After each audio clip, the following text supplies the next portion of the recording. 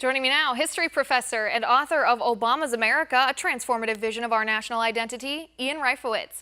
Ian, thanks for being here. Good to see you again, Liz. Ian, this is quite the story. We covered it all day yesterday, today. One of the things I want to ask you, what Buzzfeed said when they published this 35-page dossier, they said this is unverified, unverifiable, and it's full of errors, but we want to let the people decide. Those were their words. They want to let the people decide. Ian, I know we don't share political opinions, and that's why I wanted to get your opinion specifically on this. Surely you do not consider this, what Buzzfeed did, publishing this, to be ethical journalism.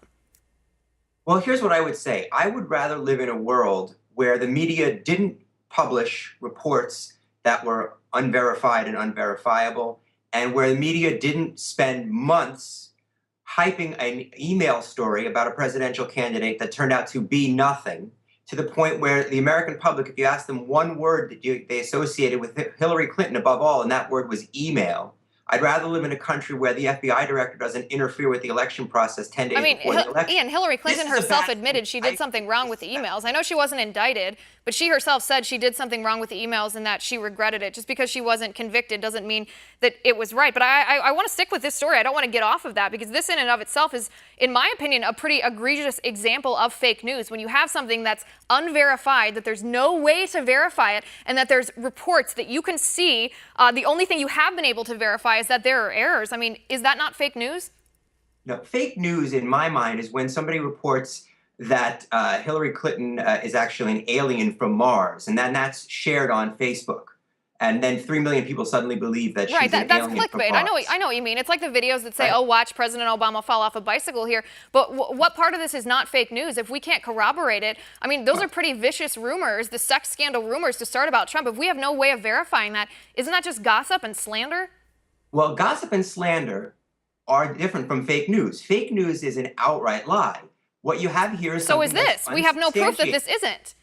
Right. Well, but all right. So I don't want to get semantic on you, but there is a difference between making up a story like Hillary Clinton is from Mars and publishing something that's unverifiable and saying it's unverifiable. I would rather not see this published also. I agree with you. But it is part of a larger media climate that did elect Donald Trump. Right, no, but you understand, if something's unverifiable, then when you take that logical train back to the beginning, somebody had to make it up. Somebody did make it up. So, I mean, using your example of, Hillary Clinton's from Mars or whatever it is you said, that's the same thing. At the beginning, if something's not true, it had to be made up by someone. So isn't that the same?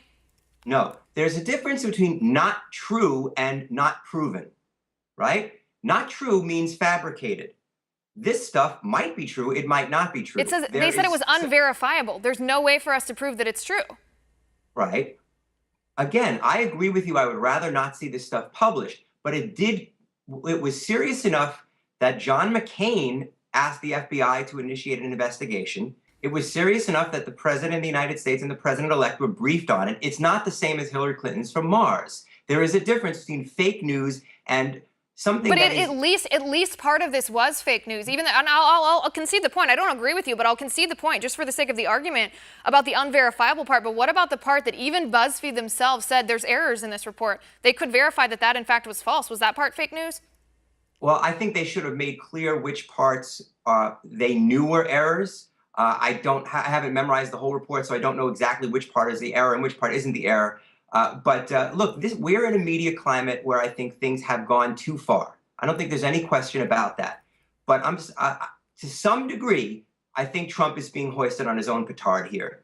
I won't say that you think he deserves. I mean, that basically says to me you think he deserves to be the target of malicious gossip, of slander, of falsehoods, of unverifiable reports. I mean, it doesn't matter your political stripe at all. I would never wish that on Obama. If I made up a rumor about him and say, oh, he was having an affair, BuzzFeed, go ahead. You can't verify this. You can't not. Why don't you publish this because it's interesting?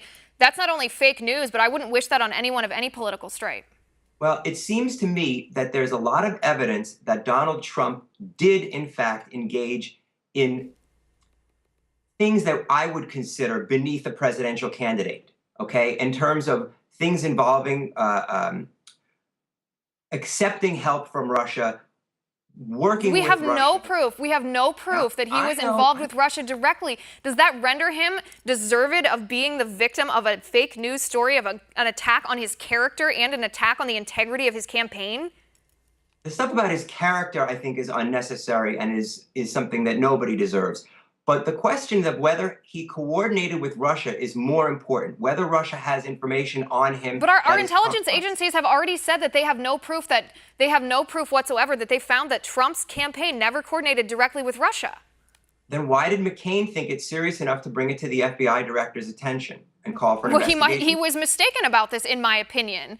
But Okay, the question here is why Buzzfeed would publish this fake news, and why Democrats, President Obama and Hillary Clinton and Harry Reid and the rest of them who've been decrying fake news, who've been saying it's a threat to our democracy, why aren't they speaking out about this and saying this is what we're talking about? This is more dangerous, Ian, in my opinion, than those stories about Hillary Clinton being from Mars or President Obama falling off his bicycle, because nobody believes those. We have the smarts to know better than that stuff being true. This stuff, when it's presented as if it could be truth, it plants that idea in our minds. People read it. They don't know. We don't have the resources to verify it ourselves. This is so much more dangerous than that, and they're quiet about it because the target's Trump.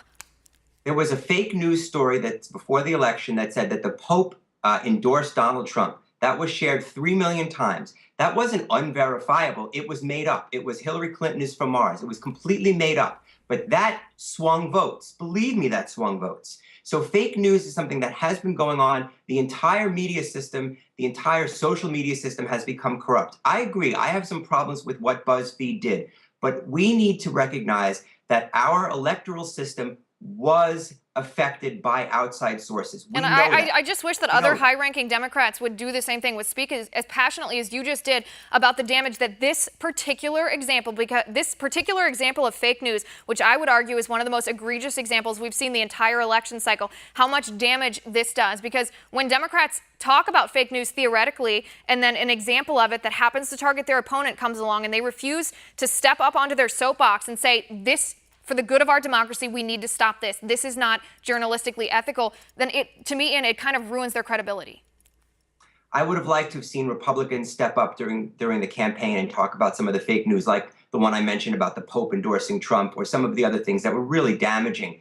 And so, I don't want to say that none of it's, excuse me, I don't want to say that this is right and that was wrong. I think it was all wrong. And we really have to decide as a society, and our political leaders have to decide, are we going to stand up for what's right no matter which side it's on? And if we don't, like you said, then both sides are going to be in a position of right. And that's where I feel that we are. That's where I feel that we are right now, because I feel like for this story, it's only one side of the aisle who's saying that this is damaging to our democracy, and the other side is not. Ian, I'd really like to continue this conversation, but they're telling me we're out of time. Thanks for being here.